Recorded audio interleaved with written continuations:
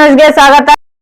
ಸಚಿವರಿಗೆ ಮುಖ್ಯಮಂತ್ರಿಗಳಿಗೆ ಈ ವಿಷಯದಲ್ಲಿ ಧನ್ಯವಾದಗಳನ್ನ ಅರ್ಪಿಸ್ತಾ ಇದ್ದೇವೆ. ನಾಳೆ 14-15ನೇ ತಾರೀಕಿನ ದಿವಸ ಇಡೀ ರಾಜ್ಯದಲ್ಲಿ ಇರ್ತಕ್ಕಂಥ ಎಲ್ಲ ಖಾಸಗಿ ಶಿಕ್ಷಣ ಸಂಸ್ಥೆಗಳ ಒಂದು ಸಭೆ ಬೆಂಗಳೂರಿನಲ್ಲಿ ನಡೀತಾ ಇದೆ. ಆ ಸಂದರ್ಭದಲ್ಲಿ ಮಾನ್ಯ ಶಿಕ್ಷಣ ಸಚಿವರನ್ನ ಮುಖ್ಯಮಂತ್ರಿಗಳನ್ನ ಈಗಾಗಲೇ ನಾ ಹೇಳಿದಂತ ಎಲ್ಲ ವಿಷಯದ ಮೇಲೆ ಒತ್ತಾಯ ಮಾಡ್ತಕ್ಕಂಥ ಕಾರ್ಯಕ್ರಮ ಹಮ್ಮಿಕೊಂಡಿದ್ದೇವೆ. ಅದರ ಪೂರ್ವಭಾವಿಯಾಗಿ ಎಲ್ಲ ಜಿಲ್ಲೆಯಲ್ಲಿಯೂ ನಮ್ಮ ಸಂಘಟನೆಗಳು ಇವತ್ತು ಪತ್ರಿಕಾಗೋಷ್ಠಿಯನ್ನು ಮಾಡಿ ಈ ವಿಷಯವನ್ನ ತಮ್ಮ ಮಾಧ್ಯಮದವರಿಗೆ ತಿಳಿಸ್ತಕ್ಕಂಥ ವ್ಯವಸ್ಥೆ ಮಾಡಿದ್ದೇವೆ. ನೀವು ಯಾರಾದ್ರೂ ಮಾತಾಡ್ತೀರಾ? ಇವಾಗ ಏನಾಗಿದೆ ಸರ್, 35 ಇಟ್ಕೊಳ್ಳಿ, ಏನೋ ಇಟ್ಕೊಳ್ಳಿ, ಮಗು ಒಬ್ಬ ಅನುತ್ತೀರ್ಣ ಆದ್ನಪ್ಪ ಅಂದ್ರೆ ಇನ್ನೊಂದು ವರ್ಷ ಅವನಿಗೆ ಅವಕಾಶ ಕೊಟ್ಟು ಅವ್ನು ಇನ್ನೊಂದು ಸ್ಟಡಿ ಮಾಡಿ ಎಕ್ಸಾಮ್ ಕುಂತ್ರೆ ಒಳ್ಳೇದಿತ್ತು.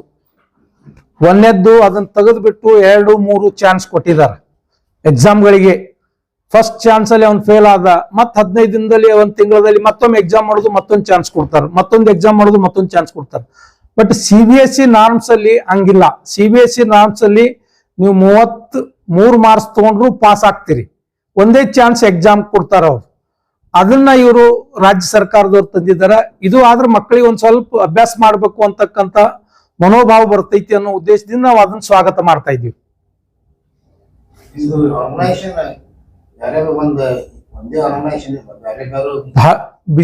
ಕರ್ನಾಟಕದಲ್ಲಿ ರೂಪ್ಸಾ ಖಾಸಗಿ ಶಿಕ್ಷಣ ಸಂಸ್ಥೆಗಳ ಆರ್ಗನೈಸೇಷನ್ ಇದೆ, ಕ್ಯಾಂಪ್ಸ್ ಇದೆ. ಅದೇ ರೀತಿ ಜಿಲ್ಲಾ ಮಟ್ಟದಲ್ಲಿ ಇಲ್ಲ ರೀ,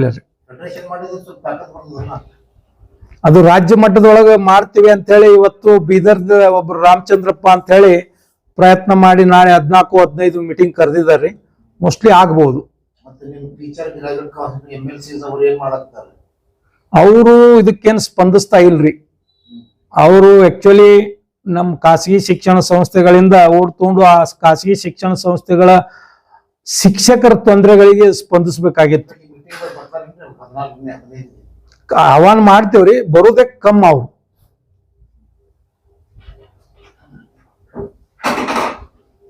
ಈಗ ಗವರ್ಮೆಂಟ್ದಾಗ ಪ್ರಾಬ್ಲಮ್ ಅದಲ್ಲ, ಫೈನಾನ್ಷಿಯಲ್ ಕ್ರೈಸಿಸ್ ಅದಾವ.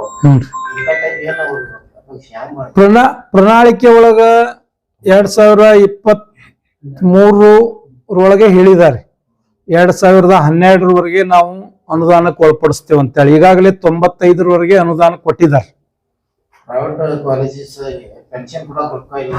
ಕರ್ನಾಟಕ ಯೂನಿವರ್ಸಿಟಿ ರಿಟೈರ್ಡ್ ಅವರದವರಿಗೆ 10 ತಿಂಗಳಾಯ್ತು ಪೆನ್ಷನ್ ಇಲ್ಲ.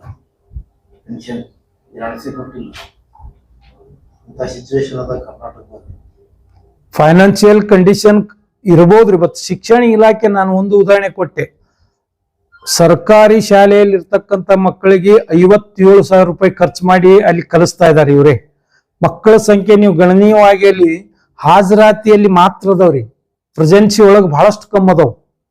ಅಷ್ಟಿದ್ದು ಅಷ್ಟು ದುಡ್ಡು ಖರ್ಚು ಮಾಡ್ತಾರೆ. ಆಕ್ಚುಲಿ ಕ್ವಾಲಿಟಿ ಎಜುಕೇಶನ್ ಕೊಡ್ತಕ್ಕಂಥವು ಖಾಸಗಿ ಶಿಕ್ಷಣ ಸಂಸ್ಥೆಗಳು. ರಿಸಲ್ಟು ಚಲೋ ಐತಿ, ಫೀಸು ಅವ್ರನ್ನ ಕಂಪೇರ್ ಮಾಡಿದ್ರೆ ಇವ್ರದ್ದು ಬಹಳ ಕಡಿಮೆ ಐತಿ.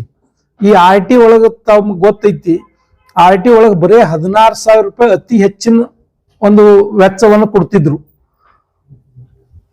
ಸರ್ಕಾರ ಒಂದು ಮಗುವಿಗೆ ಏನ್ ಖರ್ಚು ಮಾಡ್ತದೆ, ಇಲ್ಲಿ 3 ಮಕ್ಕಳಿಗೆ ಸರ್ಕಾರ ಕಲಿಸಬಹುದು. ಇದು ಯೋಜನೆ ಬಂದ್ ಮಾಡೋದು. ವಿನಾಕಾರಣ ಟ್ರೈನಿಂಗು ಅದು ಇದು ಅಂತ ತಿಳ್ಕೊಂಡು ಕಿಶಿಂದ್ರೆ ಕೊಟ್ಟು ಖಾಸಗಿ ಶಾಲೆಗಳಿಗೆ ಕುಡುದು ಬಿಟ್ಟು ಕಿಶಿಂದ್ರೆ ನೀವು ಸರ್ಕಾರಿ ಏನು ಯೋಜನೆ ಮಾಡಾಕತ್ತೀರಿ, ಯುವಕರನ್ನ ಸ್ವಲ್ಪ ಕಡಿಮೆ ಮಾಡಿ ಖಾಸಗಿ ಶಾಲೆಗಳಿಗೆ ಒತ್ತು ಕೊಡ್ರಿ ಅಂತ ಒಟ್ಟಾರೆ ನಮ್ಮ ಅಭಿಪ್ರಾಯ. ಈ ಖಾಸಗಿ ಅನುದಾನಿತ ಶಿಕ್ಷಣ ಸಂಸ್ಥೆಗಳಿಗೆ ಅತಿ ಹೆಚ್ಚು ಟಾರ್ಚರ್ ಕೊಡೋದು ಮತ್ತೆ DDP ಪ್ರೈವೇಟ್ ದವ್ರಿಗೆ ಅತಿ ಹೆಚ್ಚು ಟಾರ್ಚರ್ ಕೊಡ್ತಾರೆ. ಇದು ಇಲ್ಲ, ಇದು ಇಲ್ಲ, ಇದು ಫೈರ್ ಬ್ರಿಗೇಡ್ ಯಾವ ಗವರ್ಮೆಂಟ್ ಶಾಲೆಗೂ ಫೈರ್ ಇಲ್ಲ, ಯಾವ ಗವರ್ಮೆಂಟ್ ಶಾಲೆಗೂ ಕ್ವಾಲಿಟಿ ಇಲ್ಲ. ಬಿಲ್ಡಿಂಗ್ ಸೇಫ್ಟಿ, ಫೈರ್ ಸೇಫ್ಟಿ ಇವೆಲ್ಲನೂ ಜೀವ ವ್ಯಾಲ್ಯೂ ಅದ, ಅಲ್ಲಿ ಮಕ್ಕಳಿಗೆ ಜೀವ ವ್ಯಾಲ್ಯೂ ಇಲ್ಲ. ಸತ್ತು ನಡೀತಿದೆ. ಇಂಥ ಪರಿಸ್ಥಿತಿ BO DDP ಮತ್ತೆ ರೊಕ್ಕ ಕೊಟ್ಟಿಲ್ಲ ಅಂದ್ರೆ ಮುಂದೆ ಕೆಲಸ ಆಗೋದಿಲ್ಲ. ರಿನ್ಯೂವಲ್ ಈ ಬಿಜಾಪುರ ಜಿಲ್ಲಾ DDP ಅವ್ರ ಬದ್ದಲ್ಲಂತೂ ನಮ್ದು ಆರೋಪ ಹಿಂಗೈತ್ರಿ, ಅವ್ರ ಆಫೀಸ್ಗೆ ಬಂದ್ ಕುಂಡ್ರದಿಲ್ಲ.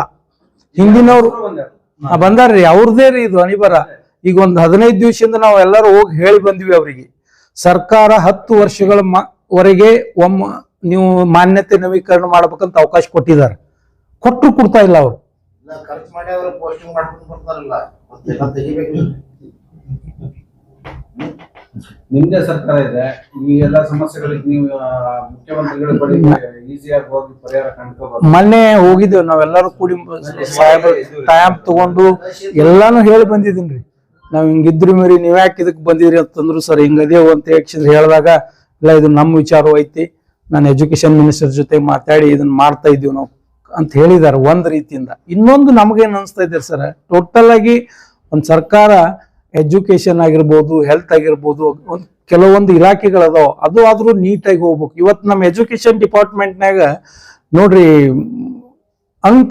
ಇದು ಕಾಪಿ ರಹಿತ ಎಕ್ಸಾಮ್ ಮಾಡೋ ಸಂಬಂಧ ಸಾಕಷ್ಟು ಪ್ರಯತ್ನ ಪಟ್ಟು ಖಾಸಗಿ ಶಿಕ್ಷಣ ಸಂಸ್ಥೆಯವರಿಗೆ CC ಕ್ಯಾಮ್ರಾ ಕುಂಡ್ರಿಸ್ತಾರ, ಇಲ್ಲಿ ಕಾಪಿ ಮಾಡ್ಲಿಕ್ಕೆ ಅವಕಾಶ ಕೊಡಂಗಿಲ್ಲ, ಎಕ್ಸಾಮ್ ಕಂಡಕ್ಟ್ ಮಾಡ್ತಾರೆ. ಅದೇ ಸರ್ಕಾರಿ ಶಾಲೆ ಒಳಗೆ CC ಕ್ಯಾಮ್ರಾನು ಇಲ್ಲ, ಕರೆಂಟ್ ಇರಂಗಿಲ್ಲ, ಟೀಚರ್ಸೇ ಕೂತ್ ಬರ್ದ್ ಕಿಸಿಂದ್ರೆ ಪಾಸ್ ಮಾಡ. ಈ ರೀತಿ ಗುಣಮಟ್ಟ ಹಾಳಾಯ್ತಪ್ಪ ಅಂದ್ರ ನಾಳೆ ಅಧೋಗತಿಗೆ ಬರ್ತದೆ. ಇವತ್ತು ಮಹಾರಾಷ್ಟ್ರದಾಗ ನಾವ್ ಯಾಕೆ ಕೇಳ್ಕೊತೇವಪ್ಪ ಅಂದ್ರೆ ಮಹಾರಾಷ್ಟ್ರದಾಗ ಜಿಲ್ಲಾ ಪಂಚಾಯತ್ ಅಂಡರ್ದೊಳಗೆ ಏನು ಕೆಲವೊಂದು ಶಾಲೆಗಳದಾವ ಅಷ್ಟೇ ಅದಾವ್ರಿ, ಉಳಿದಿದ್ದೆಲ್ಲ ಪ್ರೈವೇಟ್ದವ್ರಿಗೆ ಅವರು ಸಪೋರ್ಟ್ ಮಾಡ್ತಾರೆ. ಇವರು ಒಂದು ಪ್ರೈವೇಟ್ದವ್ರಿಗೆ ಸಪೋರ್ಟ್ ಮಾಡ್ಬೇಕು, ಇಲ್ಲಪ್ಪ ಅಂದ್ರೆ ಗುಣಮಟ್ಟ ಸರ್ಕಾರಿ ಶಾಲೆಗಳಿಗೆ ಹೆಚ್ಚಿನ ಗುಣಮಟ್ಟ ತರಕ್ ಪ್ರಯತ್ನ ಮಾಡ್ಬೇಕು. ನಾವು ಇದನ್ನ ಹಿಂದಿನ ಸಚಿವರಿಗೆ ಕೊಟ್ಟಿದ್ದೇವೆ, ಇವತ್ತಿನ ಸಚಿವರಿಗೆ ಕೊಟ್ಟಿದ್ದೇವೆ ಕೆಲವೊಂದು ಪಾಯಿಂಟ್ಗಳನ್ನ. ಒಳ್ಳೇದಿದೆ ನಾವು ಮಾಡ್ತೇವೆ ಹೇಳ್ತೇವೆ ಅಂತ ಹೇಳ್ತಾರ, ಯಾಕೋ ಅದು ಆಗ್ತಾ ಇಲ್ಲ.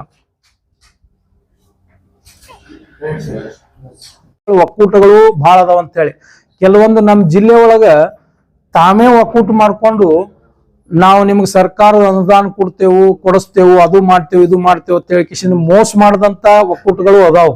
ಅಂತವ್ ಕುರಿತು ಸ್ವಲ್ಪ ಸಾರ್ವಜನಿಕರಾಗ್ಲಿ ಅಥವಾ ಶಿಕ್ಷಣ ಸಂಸ್ಥೆಯವರಾಗ್ಲಿ ಎಚ್ಚರಿಕೆಯಿಂದ ಇರಬೇಕು ಅನ್ನೋ ಮಾತನ್ನು ನಾವು ಇವತ್ತು ಹೇಳ್ತಾ ಇದ್ದೀವಿ.